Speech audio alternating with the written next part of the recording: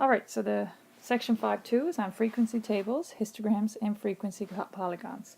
So there's just example, pictorial example now of each of these three here. So the first one is a frequency table, and then this is your histogram, and this one is your frequency polygon. And when you're doing a frequency table, you would pick intervals that would make sure that your lowest up to your highest data value are included, and you choose an interval width that would span from the lowest up to the highest. It would include, doesn't have to start at the lowest, but the interval the lowest value would be included in the first interval. And you would usually pick an interval width that's a multiple of 5 or 10, and overall you should have no more than 12 intervals and no less than 5 intervals when you're doing it. Again, when we get into the examples, we'll kind of see how you choose those values and what you choose, how you choose the width of your interval and that sort of thing. But then there's often a tally and or frequency. Frequency is always there, but sometimes there's a tally there as well, especially if you've got a large list of data and you want to just cross them off and then count up how many are there afterwards. A histogram is kind of like a bar graph, except the bars aren't spaced out. There's no space between the bars, and it's only for numerical data. So in junior high, when you did bar graphs, you probably had things like colors and things like that on the x-axis, but in histograms you're always talking about numerical data, and there's no space between the bars, and you put your intervals kind of along the x-axis, and your frequency would go along the y-axis. The bars then would go as high as whatever frequency was for that particular interval. So in this case here, the picture, the one that's here, we see that from the 20 to 30 there is one item in 20 to 30 interval. There in the 30 to 40 there's two items, because the height of the bar goes up to a 2. And a frequency polygon is, instead of using bars, they basically would use points at each of the values that you're talking about and connect the points from one value to the next with line segments. A lot of times people will create a frequency polygon from a histogram by just taking the bar, basically the interval, and putting a point in the middle of the interval at the height or frequency that you want, and then they would, so I'm just going back up to this histogram, then you would just basically connect the points. Now I'm sorry about these, I can't do anything about these lines when I'm drawing on this iPad. It won't draw straight lines diagonally, they're always kind of squiggly, but they would be straight lines more like what's down here in this graph. Alright, so that's just some examples, and just mentioning to you here a couple of points about frequency tables. It says too many or too few intervals will result in a table or graph that you might not be able to see how the data is distributed. You might not be able to see any patterns. And when you're doing the intervals as well, it's important to know that the left endpoints are included in the interval, but you don't include the right endpoints. For example, if you had an interval from 20 to 30 and you were trying to place your data in the intervals, if you had a number 20, it would be included in that interval, but 30, a data point of 30, would not be included in an interval, because 20 to 30 only includes from 20, including 20, up to but not including 30. So 30 would have to go in the 30 to 40 interval. And we already mentioned that the histogram does not have gaps between the bars, it's continuous, bars are connected. Alright, and the frequency polygons are useful because you can compare the two sets of data on the same graph. So let's answer a few questions on histograms and frequency polygons and frequency tables.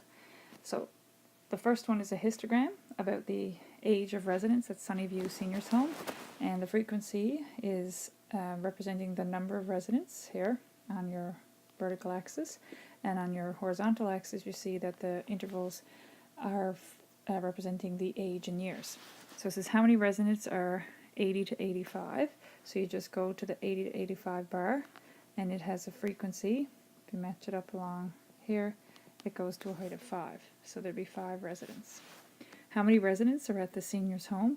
Well, in that case there you'd have to add up all the bars. So the first one, from 60 to 65 there are 3, and then from 65 to 7 there are also 3, 70 to 75 there are 8, 75 to 80, there are 10. 80 to 85, there are 5. And then 80 to 85 to 90, there are 2. So if you add those up, that's 3 and 3 is 6, and 8 is 14, and 10 is 24, 24 and 5 is 29, 31. So there are 31 residents. What percentage of the students are between 70 and 80 years old? So you would have to add up both bars from 70 to 75 and 80 to 85. That would be 8 plus 10 out of 31 residents. So that would be 18 over 31, which, to convert that to a percentage now, you take 18 and divide it by 31, and that gives you 0.5806, or approximately, multiply that by 100%, you're going to get 58% of the residents are between 70 and 80 years. Okay, so the next example asks some questions on a frequency table. And the first one, and first of all, this frequency table is about the length of time students spent studying for the last math test. So it says how many students are in the class. So if you want to know how many students are in the class, you'd have to add up all the frequencies, because that's all the pieces of data. There were 2 pieces of data in the 0 to 10 interval. There were 6 pieces of data in the 10 to 20 interval. There were 12 pieces of data, and so on, in the 20 to 30 interval. So if you add up all those frequencies, that'll tell you how many pieces of data or how many students were in the class. So you'd have to add all those up, and that will give you 2 plus 6 is 8, plus 12 is 20, 27, 32, 42. 42 students in the class. How many students studied for 30 minutes or more? So 30 minutes would not be included in this one. It would be included in this one. So 30 minutes or more would be 7 plus 5 plus 10, which would be 22 students. It says what percentage of students study less than a half an hour? So less than a half an hour would be basically all the other intervals, which would be 20 to 30, 10 to 20, and 0 to 10. So that would be 12 plus 6 plus 2 out of the 42 students that it was taken from, and that would give you 20 over 42, which as a decimal would be 0.476, and that would be approximately 48% if we rounded it off to the nearest percent. Alright, question number 3 is about marks awarded for an assignment for a grade 11 class of 20, actually that's supposed to be 30 students, are given below. Display this data in a frequency table and a histogram. So the first thing you have to do is look at your marks, and because you're going to know what interval width you're going to use and how many intervals. So if we look at the marks and scan through them, I think 19 is the lowest. So the lowest one is 19, and the highest is 100, I believe. I don't think there's anything higher than 100. And if we're talking about marks, usually 100 is the highest unless there's bonus marks. So you want to go make sure that 19 is included, and up to and including 100. So we can start off at, in this case here, you're talking about a span of almost a little bit more than 80 marks.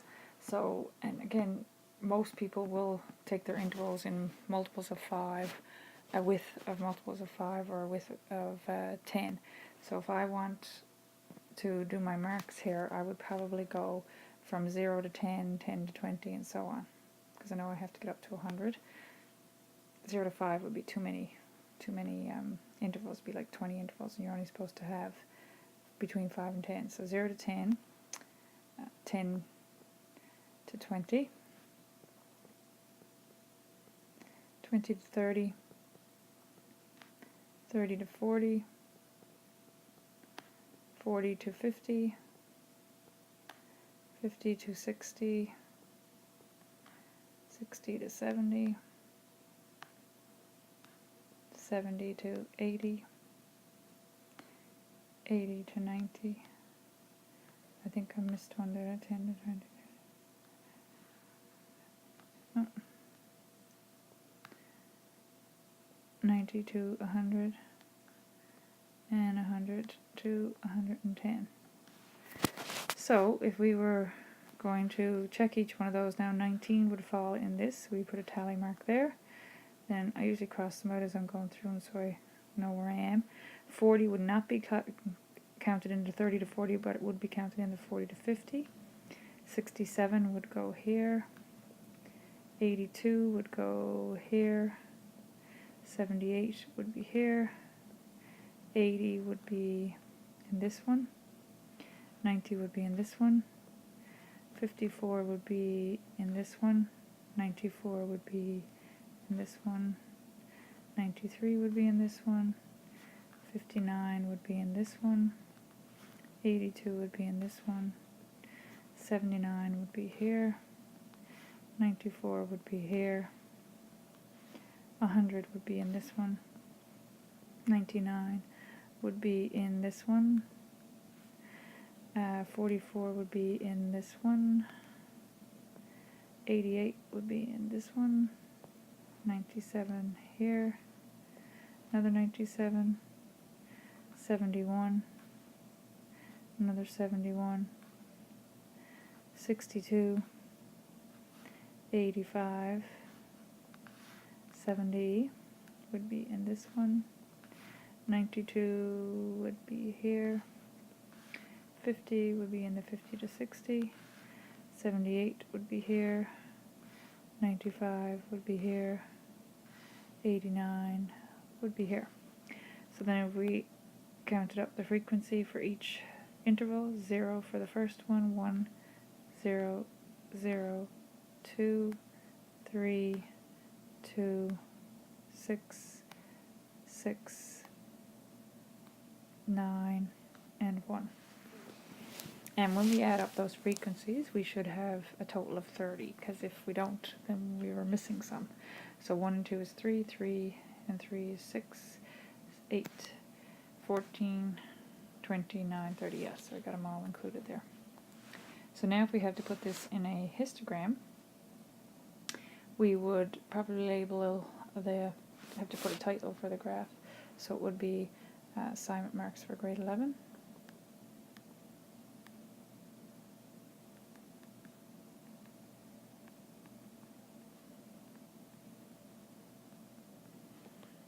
And we would have as our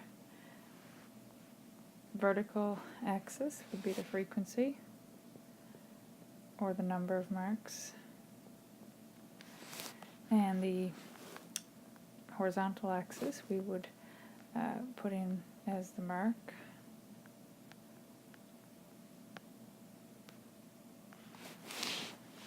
as a percent. It is, isn't it? I'm pretty sure it's a mark. We assume it's a mark in percent. Yes, it is, written up at the table there.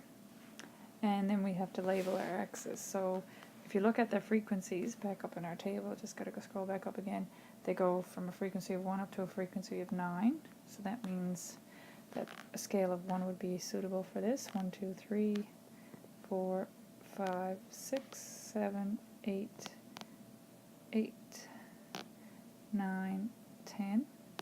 And the intervals are going up by 10, so we just go 10, 20, 30, 40, 50, 60, 70, 80, 90, 100, and we have to add on one more, 110. So then we just start filling in our table. From our table, getting the information from the table. 0 to 10 had nothing. 10 to 20 had 1. So we'd have a bar here going as high as 1. And then from 20 to 30 we had 0, and 30 to 40 we had 0, but then 40 to 50 we had 2. 50 to 60 we had 3, and then 60 to 70 we had 2 again. So you can just, I'm just shading them in so you can see them a little better. And then 70 to 80 was 6.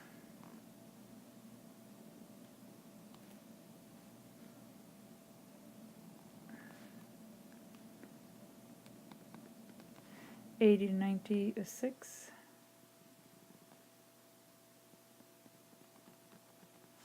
And then 90 to 100 was 9.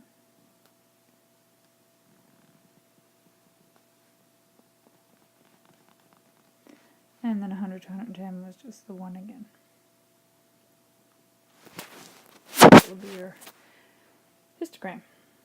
And then the last one is a, oh no, I thought you had to do a polygon. No, it just says use your results to describe your data. So it's a little bit easier to see the data from a histogram, and it looks like if we had to make an observation, I would say that most marks were between 70 to 100.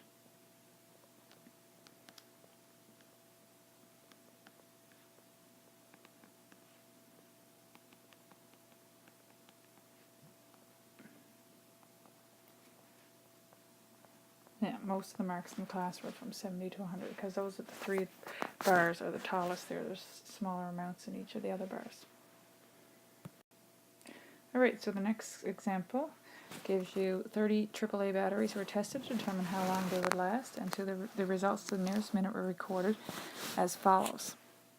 So you have to do a frequency table for this, and if we look through the data, I think the lowest piece of data might be 339. Is there anything less than that there? 339. I don't think so. I think that's the lowest.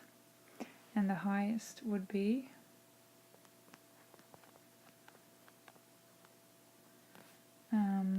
428. Is there anything bigger than 428 there? I don't think so. Highest is 428. So if we had to look at just deciding our interval width here now, so 428 take away 339, sorry, 428 take away 339 is a span of about 89.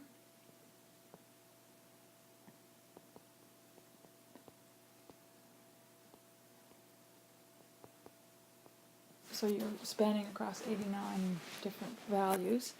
In terms of what we're going to choose for the interval length, probably again I'd probably go with an interval length of 10, starting off at 330 to 340, 340 to 350, and so on.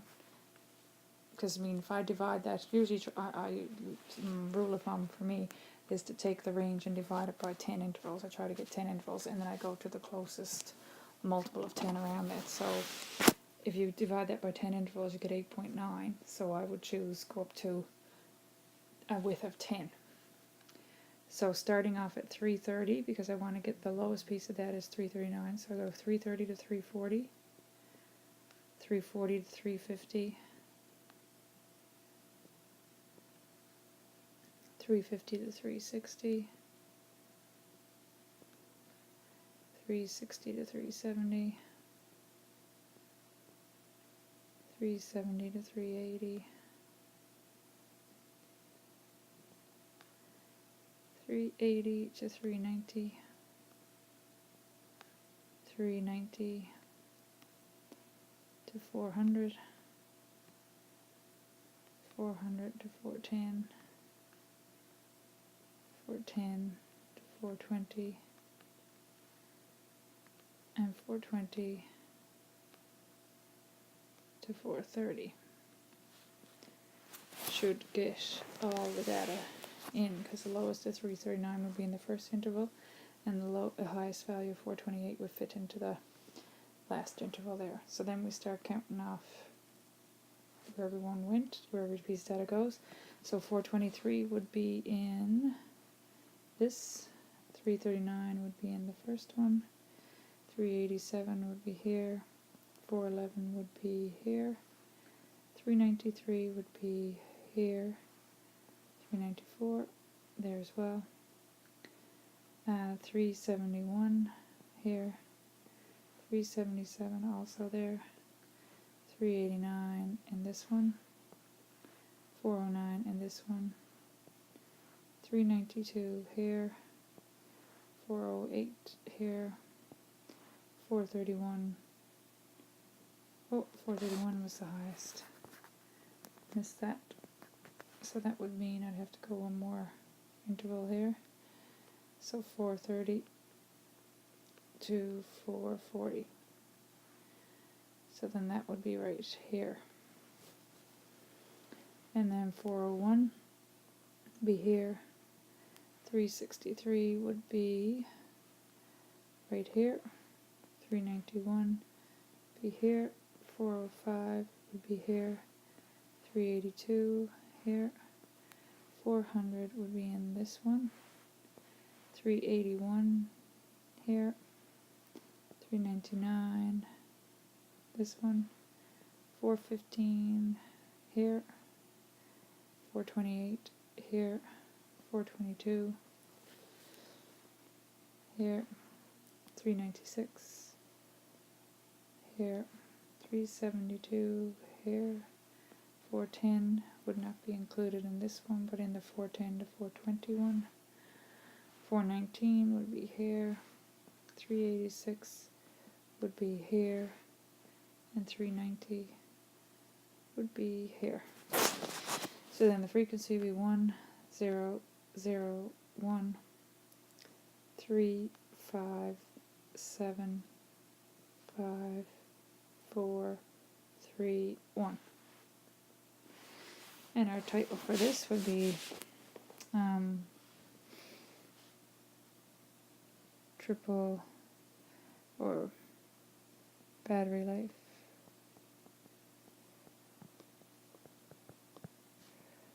For AAA batteries. 2 Ds.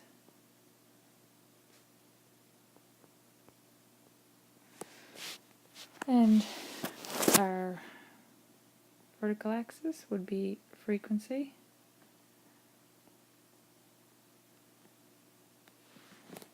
And our horizontal axis would be battery life in minutes.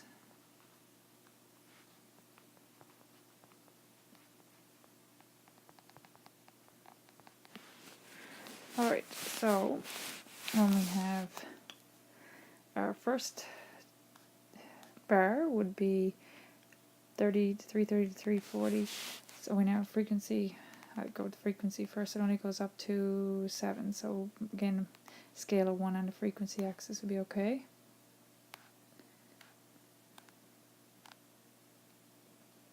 And the battery life in minutes, we have to go from 330 up to 440.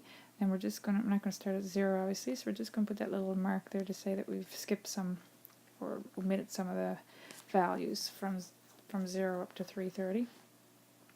So we're just starting at 330 and then 340 and then 350. It's hard to write small with this pen. 360, 370, 380, 390, 400, 410, 420. We're going to have to add 430. And that would be 440, but I can't fit that in there. Can't fit the label on it. Okay, so then the first bar would be from 330 to 340 would be 1. And 340 to 350, 360 to 370 would be 1. And 370 to 380 would be 3.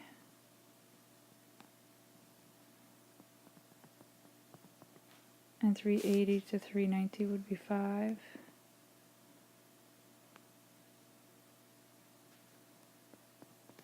Sorry, this looks so messy. Okay, judge where this is going. 380, 390 we just did. No, sorry, 370 to 380. 360 to 370 is 1, and then 3, and then 380 to 390. Okay, 390 to 400 is, so I thought that was a 7 there, that's why I was confused, sorry about that. 390 to 400 is 7.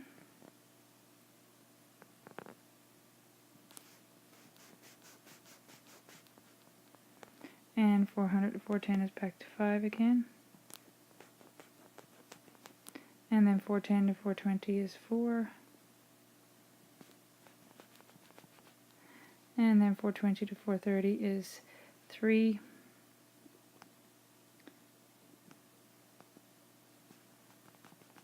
And then 430 to 440 is 1. Okay, so, and there's your histogram. So you can see there that there's not a whole lot of data values below 370. Most of the data values are between 370 up to 430. Alright, the third option is to create a frequency polygon, and again the frequency polygon is very much like a histogram, but instead of bars you have points at each of the frequencies and they're connected with line segments. So we would have a title again, battery life. I'm just going to call it AAA battery life. And this would be time in minutes.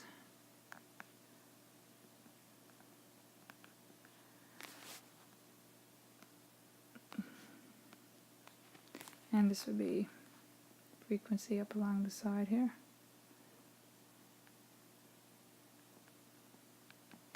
And again it'd be 1, 2, 3, 4, 5, 6, 7, 8, 9, 10. And along the bottom would be 3, 30, and again we're skipping some, so we just put the little mark there. 330 to 340.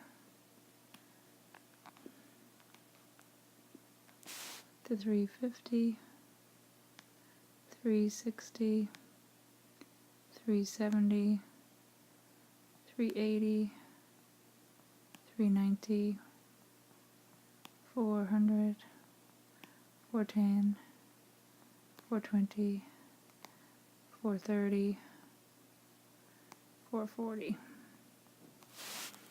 And 330 to 340 had, just got to scroll back up again, I can't remember, or just sure I can read it from the histogram.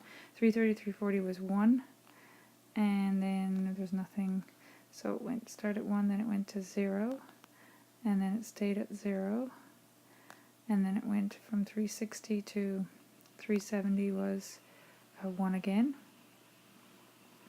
and then 370 to 380 was 3,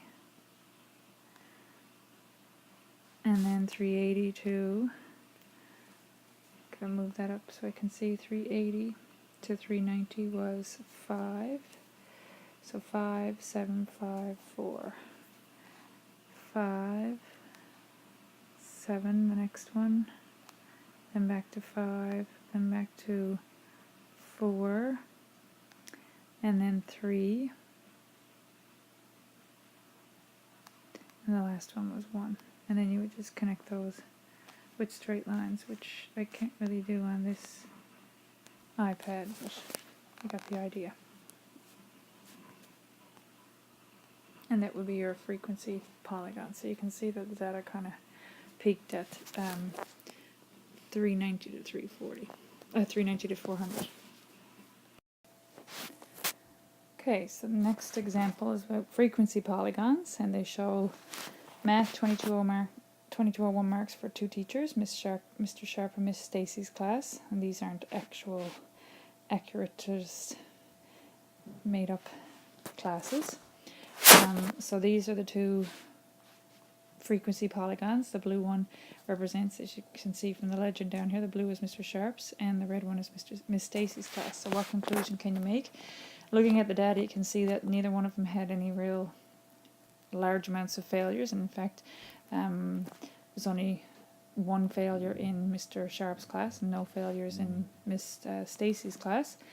But when you look at the higher ends of both those graphs, you can see that Miss Stacy's class seemed to have a few more people doing a little better. So we have marks from 70 up to 100. There were 3 plus 8 is 11, plus 6, this one here would be at 6, 8, and 3, so that's going to be 17 people scored from 70 to 100, whereas in Mr. Sharp's there were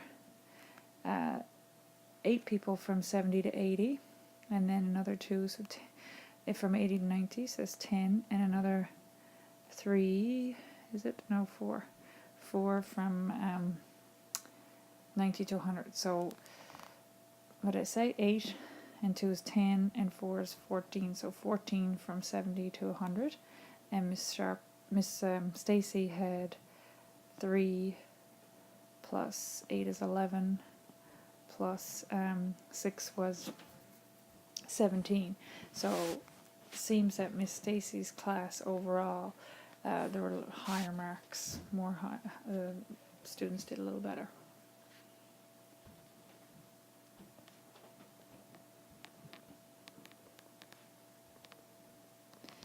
Had more students who performed well.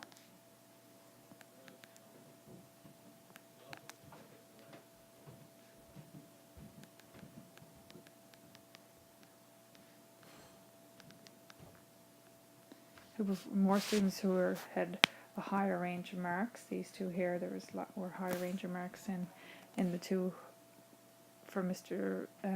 Sharp's. He did have some, but not as many in those two upper classes. So Miss Stacy's class had more students who perform well and have marks above 70. Marks 70 plus. Alright, the next question says which distribution of scores has the larger dispersion. So if you kind of look at them quickly, it's hard to tell which one has the larger dispersion because they both seem to be, spread out. But if you look even a little closer at the horizontal axis, you see that this one here has some data values in the first and last column. So at 1 and 10, whereas the second graph has none at 1 and none at 10. So it seems like this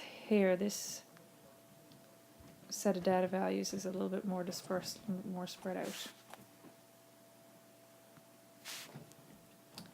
More data values, more spread in the data values. So those data values are a little bit more spread out, whereas these ones seem to be more clustered in a smaller range of values.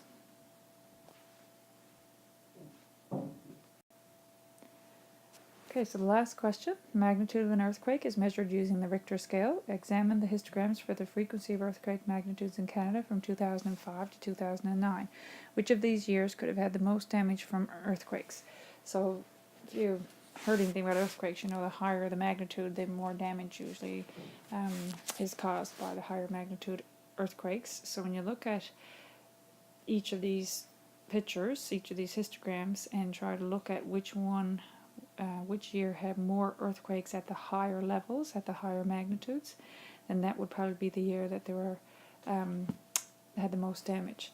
So when you look at that kind of aspect of the graphs, each of the graphs, I would think that the 2008 earthquakes had more damage because there seemed to be there's 16 from 4 to 5, and then another looks like 5 from 5 to 6.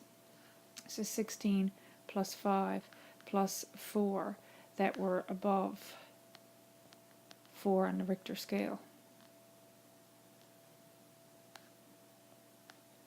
Right. write too fast, it misses the letters. And the Richter scale, am I spelling that right? Yes. So that seems to be the highest frequency of